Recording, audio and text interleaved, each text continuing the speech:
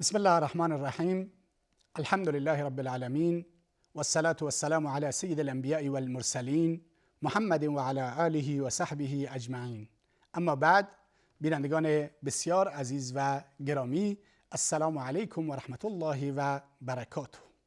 بسیار خوشحال و خرسند هستم و سپاسگزار الله متعال هستم که یک بار دیگر الله متعال این توفیق رو به بنده عنایت فرمود تا در خدمت شما بینندگان عزیز و گرامی باشم. امروز در رابطه با رابطه عقل و سعادت با یکدیگر صحبت میکنیم. از قدیم گفتند، ما در گذشته صحبت کردیم که علم یکی از اون چیزهایی است که انسان رو به سعادت میرسونه و یکی از اون امور دیگری که میتواند انسان رو به سعادت برساند عقل هست، خرد هست، اندیشه هست. یک ضرب المثل در میان توده های مردم رواج داره که میگند که 100 من علم رو، 1 من علم رو 100 من عقل میخواد. 1 من علم رو 100 من عقل میخواد. من واحد اندازه گیری بوده در اون زمان. شما اینطوری فکر بکنید که مثلا 1 کیلو علم رو 100 کیلو عقل میخواد. زمانی انسان میتونه از علم خودش، دانش خودش استفاده بکنه به سعادت برسه که از عقل خودش استفاده بکند. خردی که الله متعال به انسان عنایت کرده ازش استفاده بکند.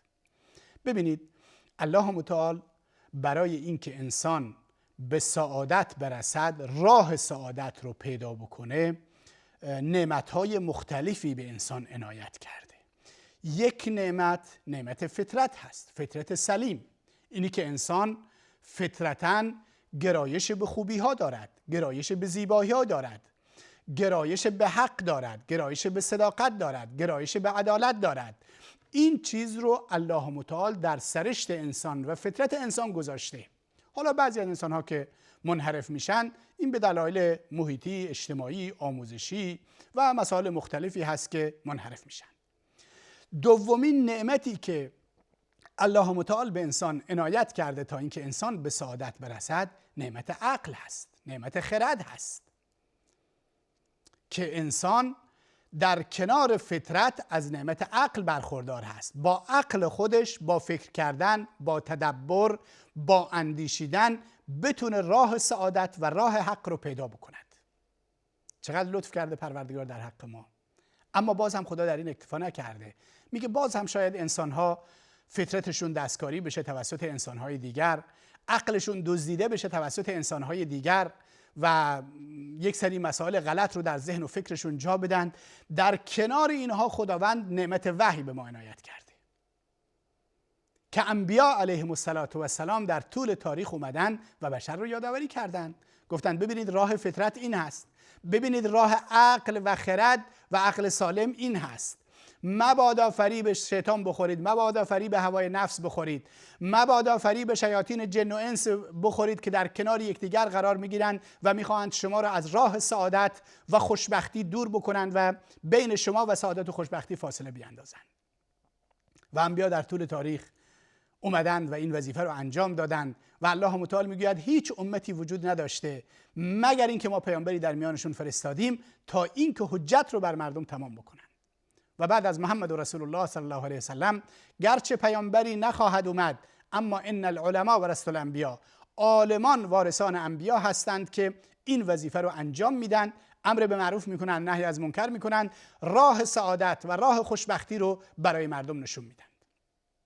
پس اینجا بحثمون در رابطه با عقل هست و اینکه عقل جایگاه زیادی داره. به همین خاطر قرآن کریم هم بهش اهمیت داده و ما رو دعوت کرده و برحذر داشته از اینکه مبادا عقل خودمون رو تعطیل بکنیم و از عقل خودمون استفاده نکنیم.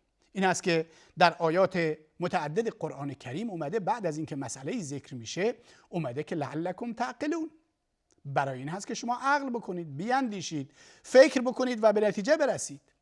یا در بعضی از جاها میفرماید لقوم یتفکرون، این سخنان، این مسائل برای اون قوم و مردمی هستند که یتفکرون، فکر بکنند، از فکر خودشون استفاده بکنند.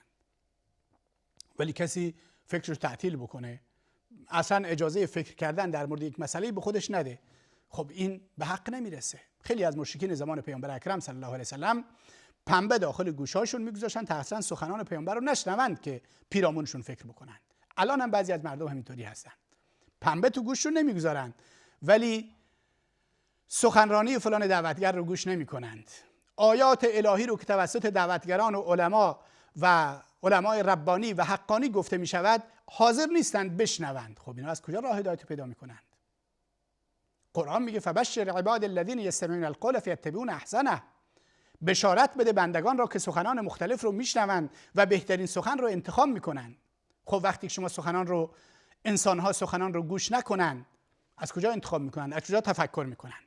یا در بعضی از آیات قرآن کریم در رابطه با اهمیت موضوع عقل الله متعال میفرماید لقوم یفقهون.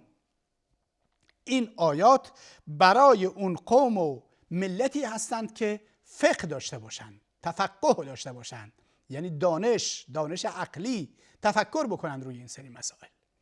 پس عقل در اسلام از جایگاه بالایی برخوردار است. به این خاطر مورد خطاب قرآن کریم در جاهای مختلف هست و نخستین مطلبی رو که من در اینجا میخوام بگم این هست که اصلاً اینی که فرد ایمان بیاره مبتنی بر اقناع عقلی است، مبتنی بر قناعت عقلی است. یعنی چگونه یک شخص ایمان میآورد؟ زمانی که قناعت عقلی پیدا بکند. پس ایمان مبتنی بر عقل است. یعنی انسان تا زمانی که بر اساس استدلال‌های عقلی و منطقی به وجود خدا پی نبرد، به وجود پیامبران پی نبرد، به وجود روز قیامت پی نبرد، ایمانش شاید ایمان آنچنانی نباشد. و این هست که این روش به شیوه‌های مختلف در قرآن کریم نبوت پیدا کرده و ظهور پیدا می‌کند. ببینید این آیه قرآن کریم رو در سوره مبارکه صاد که الله متعال می‌فرماید کتاب انزلناه الیک مبارک لیدبروا آیاته ولیتذکر اولو الالباب. میگه این قرآن کتابی است که کتاب مبارکی است که ما را به سوی تو نازل کردیم تا مردم در آیاتش تدبر بکنند، بیندیشند. ولیتذکر اولو الالباب، و صاحبان علم و صاحبان لب، مغز و خرد پند بپذیرند. این خطاب عقل هست. به معنی این هست که در واقع شما فکر کنید، شما بیاندیشید. ما به شما نعمت عقل عنایت کردیم، ما کتابی به نام قرآن آوردیم، کتابی معجزه در فصاحتش، معجزه در بلاغتش، معجزه در پیشینگویی‌هایش، معجزه در لفظش، معجزه در معانیش. و شما نگاه بکنید آیا این کتاب بشر هست؟ اگر کتاب بشر هست یالله شما یه بشر پیدا بکنید که مانند این کتاب بیاره. این خطاب چی هست؟ خطاب به عقل هست. یعنی از عقلتون استفاده بکنید، یعنی از خردتون استفاده بکنید برای دریافتن حق و حقیقت و واقعیت. این هست که در آیات مختلف قرآن کریم میگه که شما 10 سوره مانند قرآن بیارید. این تحدی و در واقع چالش و مبارزه طلبی عقلی است. اونجایی که قرآن کریم میفرماید قل فأتوا بعشر سور مثله مفتریات. اگر راست میگید قرآن ساخته دست محمد هست، ساخته و پرداخته محمد هست، شما هم 10 سوره مثل این قرآن بیارید. و بعد از اون الله متعال میگه که حالا 10 سوره هیچ، 1 سوره بیارید مانند قرآن کریم. و شما نمیتونید. و این چی هست؟ دعوت به تفکر هست، دعوت به اندیشیدن هست که در این کتاب بیاندیشید، در این قرآن بیاندیشید که این معجزه الهی است، پس بهش ایمان بیارید. یا اینکه در بحث ایمان الله متعال ما رو دعوت میکند که از عقلتون استفاده بکنید و در مخلوقات الهی، در آفرینش الهی تدبر بکنید و بیاندیشید. اونجایی که میفرماید اولم یتفکروا فی انفسهم ما خلق الله السماوات والارض و ما بینهما الا بالحق. آیا مردم در خودشون فکر نمی کنن، در وجودشون، در خلقت و آفرینش خودشون، در اون چه که در آسمان ها و زمین وجود دارد، این هستی با این پهناوری و بزرگی، این همه کهکشان، این همه راه شیری، این همه در واقع ستارگان و سیارگان و مسائل مختلفی که در چیزهای مختلفی که در جهان هستی وجود دارد و فکر نمی کنند که ما خلق الله السماوات والارض و ما بینهما الا بالحق، که الله متعال آسمان ها و زمین و اون چه که میان آسمان ها و زمین وجود داره اینها رو به حق آفریده و اجل مسمى و تا مدت مشخصی که بعد از اون دیگه قیامت می شود. این دعوت به این هست که شما به این مسائل فکر بکنید، بیاندیشید. قرآن میگه در ادامهش میگه با وجود تمام اینها و ان کثیرا من الناس بلقاء ربهم کافرون لکافرون، بسیاری از مردم با وجود این همه آفرینش و در واقع مسائل مختلفی که وجود داره با وجود این کفر می‌ورزند، با وجود معجزات، با وجود دلایل واضح، با وجود این خلقت به این پهناوری و بزرگی. و این هست که الله متعال همیشه میخواد عقل ما رو به حرکت در بیاره، عقل ما رو به تکاپو در بیاره، تا این که ما از طریق عقل و حسابهای دو تا چهار تا و استدلالهای بدیهی عقلی بتونیم به حقیقت و واقعیت برسیم. در آیات دیگر الله متعال میگه درباره پروردگار میفرماید الذی خلق سبع سماوات طباقا، پروردگاری که 7 طبق زمین و آسمان آفریده. ما ترى فی خلق الرحمن من تفاوت، شما در آفرینش پروردگار هیچ گونه تضاد و تناقضی نمیبینید. همه چیز هماهنگ با هم حرکت میکنند. گردش شب، گردش روز، گردش ماه، گردش ستارگان و سیارگان و تمام هستی که وجود دارد، همه در مدار خاص، در محور خاص، با وظایف خاصی حرکت میکنند. تناقضی هم با یکدیگر ندارند. فرجع البصر هل ترى من فطور، میگه دوباره نگاه کنید به این جهان هستی، بار بار نگاه بکنید به دنیا و اون چی که در دنیا وجود دارد. آیا نقصی میبینید؟ آیا شکافی میبینید؟ آیا تناقضی در این جهان هستی به این بزرگی میبینید؟ خب پس باید از این طریق پی ببرید که این جهان هستی خالق عالم، توانا و حکیمی پشت سرش هست. این دعوت به تفکر و اندیشیدن هست. بعدش الله متعال میفرماید ثم ارجع البصر کرتین ینقلب الیک البصر خاسئا وهو حسیر، دوباره چشم برگردانید، دوباره عقلتون رو به کار ببرید و بار بار نگاه بکنید، بار بار فکر بکنید در جهان هستی. سرانجام چشم شما خاسئ و حسیر، خسته و کوفته برمیگرده، ولی نمیتواند تناقض و تضادی در جهان هستی و این خلقت و آفرینش بزرگ پیدا بکنه. و این یعنی این که شما از عقلتون استفاده بکنید. و باز هم الله متعال به ما دعوت میکنه و میگه ببینید در تشریعات الهی، در احکام الهی هم اعجاز وجود داره. شاید شما بگید اینطور اونطور هست. الله متعال میفرماید ولکم فی القصاص حیات یا اولی الالباب لعلکم تتقون، برای شما در قصاص حیات هست، مایه زندگی است. ای صاحبان خرد، ای صاحبان اندیشه، لعلکم تتقون، شاید شما راه تقوا رو در پیش بگیرید. شاید برای خیلی پیش بیاد در قصاص یک انسان کشته میشه، حیات کجاست؟ بله یک کشته میشه، ولی باعث حیات هزاران انسان دیگر میشود. برای اینکه دیگه کسی دیگر جرأت نمی کند که برود و انسان بیگناهی رو به قتل برسونه، چون میدونه که در برابر اون انسان بیگناهی که کشته می شود، در چین باعث حیات جامعه می شود. و الله متعال این گونه به ما دستور داده که شما از عقل و خردتون استفاده بکنید. یا اولی الالباب، صاحبان لب، صاحبان خرد. و این اهمیت و جایگاه عقل میرسونه که ما باید از عقل برای رسیدن به سعادت، برای رسیدن به ایمان، برای رسیدن به حقانیت استفاده بکنیم.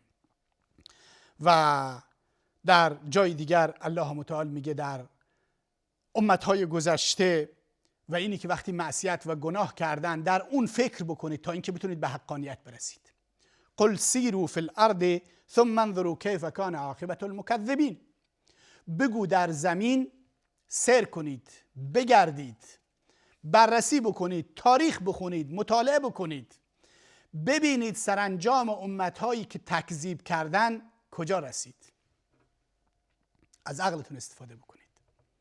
تکذیب کنندگان، کسانی که در برابر حق ایستادن، کسانی که در برابر انبیا علیهم السلام ایستادن، نتیجه چی شد؟ قوم هود نگاه بکنید، قوم صالح نگاه بکنید، قوم لوط نگاه بکنید، قوم موسی رو نگاه بکنید، فرعون و فرعونیان نگاه بکنید. همه اینها وقتی راه تکذیب رو و ایستادن در راه حق رو در پیش گرفتن، هلاک و نابود شدن. امروز هم اینطوری هست. شما کسانی رو که در روی زمین ظلم میکنند، ستم میکنند، جنایت میکنند، سرنوشتشون نگاه بکنید. همین تاریخ معاصرمون نگاه بکنید. در خیلی از کشورهای دنیا امروز رفاه و آسایش دنیوی وجود دارد، ولی اوضاعشون خراب هست، چون ایمان ندارن، اوضاع خانوادگی به هم پاشیده‌ای دارن، از نظر روحی و روانی راحت نیستن، خودکشی درشون فراوان هست، زن به شوهر اعتماد ندارد، شوهر به زن اعتماد ندارد، در یک عذاب و در یک جهنم درونی به سر میبرند، گرچه از نظر مادی تأمین هستند. و این نکته است که ما باید بهش توجه داشته باشیم و در روی زمین خدا میگه به سیر و سیاحت بپردازید و از عقلتون استفاده بکنید و ببینید که سرانجام تکذیب کنندگان به کجا رسید. پس شما جزو اونها نباشید. علم و آگاهی و شناخت شرط هست.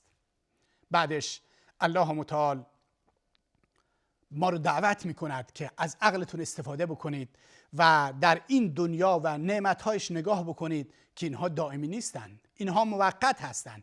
پس شما به فکر آخرت باشید، پس شما به فکر زندگی دیگر باشید، شما از عقلتون استفاده بکنید. اون جایی که الله متعال میفرماید واضرب لهم مثل الحیات الدنیا کما ان انزلناه من السماء، برای اینها زندگی دنیا رو به عنوان آبی مثال بزن که از آسمان نازل می شود، فاختلط به نبات الارض، گیاهان زمین از این آب می نوشند و سرسبز میشه دنیا در فصل بهار، اما خیلی زود فاصبح هشیما تذروه الریاح، به زودی تبدیل به کاه میشه، تبدیل به گیاهان خشک میشه که باد اونها رو این طرف اون طرف میبرد. و کان الله علی کل شیء مقتدرا، الله متعال بر همه چیز تواناست.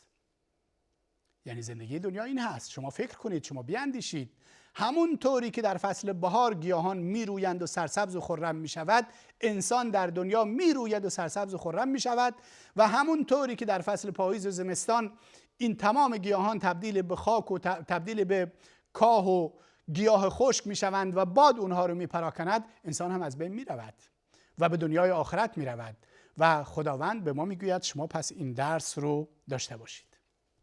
پس انسان برای رسیدن به سعادت باید از عقل و خرد خودش استفاده بکنه در سطح گسترده. این مبحث در جلسات آینده هم ادامه خواهد داشت و ما در این زمینه عقل صحبت خواهیم کرد، برای اینکه خیلی از انسانها تنبل جسمی هستند، از جسمشون کار نمیگیرند، و خیلی از انسانها تنبل روحی هستند، از روحشون و روحیاتشون برای کارها استفاده نمیکنند، و خیلی از انسانها تنبل عقلی هستند، یعنی حاضر نیستند از عقلشون برای پیشرفت و رسیدن به سعادت در دنیا و آخرت استفاده بکنند. امیدوارم الله متعال به همه ما توفیق بده که از عقل و خردمون برای رسیدن به سعادت استفاده کنیم.